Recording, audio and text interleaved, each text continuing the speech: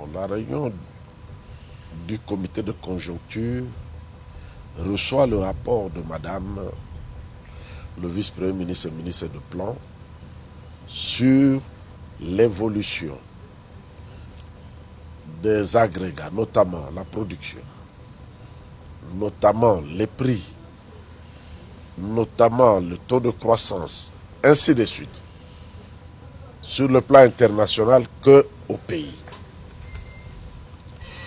Sur le plan international, nous avons noté que avec la situation de la Chine provoquée par le virus coronavirus,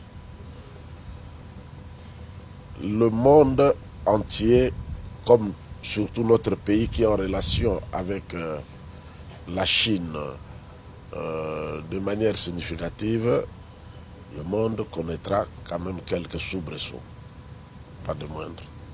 Ce qui nous impose à nous de stratégies, l'élaboration de stratégies pour contrer les effets néfastes de coronavirus en Chine.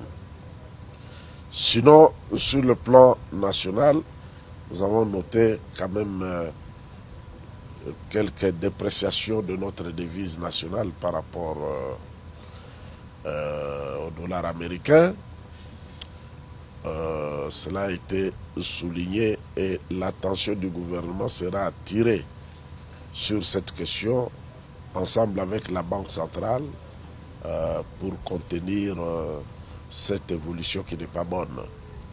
Mais il faut souligner en même temps l'effort que nous devons fournir tous ensemble pour une grande mobilisation des recettes. Il faut permettre à nos régies financières de travailler dans de bonnes conditions pour mobiliser les recettes dans l'intérêt de nous tous. Il est temps que le peuple congolais comprenne que le gouvernement travaille pour lui d'abord. Et il doit soutenir le gouvernement ainsi que ses actions.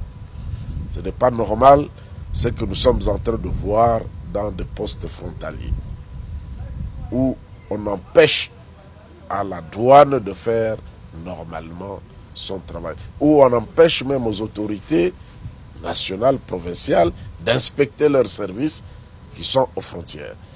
Nous devons faire un effort pour que notre État puisse fonctionner dans les limites normales du fonctionnement de tout État. Parce que ce qui s'observe là n'est pas normal et l'État va prendre des dispositions, il ne va pas se laisser faire pour que cela cesse. Alors le Premier ministre a donné des instructions aux uns et aux autres, notamment à Madame la ministre qui vient de monter la commission nationale sur le contrôle des prix, je crois. Et elle va pousser de ce côté-là pour que les prix des aliments soient contenus dans les limites de la normale et soient mis à l'abri de la spéculation. Il y a beaucoup de spéculation. Voilà. Vous avez suivi comme moi, mais c'est une propagande mensongère. Ce que le gouvernement a fait, du moins au niveau des prévisions, parce que nous allons présenter cette note-là moi-même ainsi que mon collègue des finances au gouvernement pour l'adopter. Il nous avait été demandé d'élaborer le PETER. Le PETER, c'est le plan de trésorerie.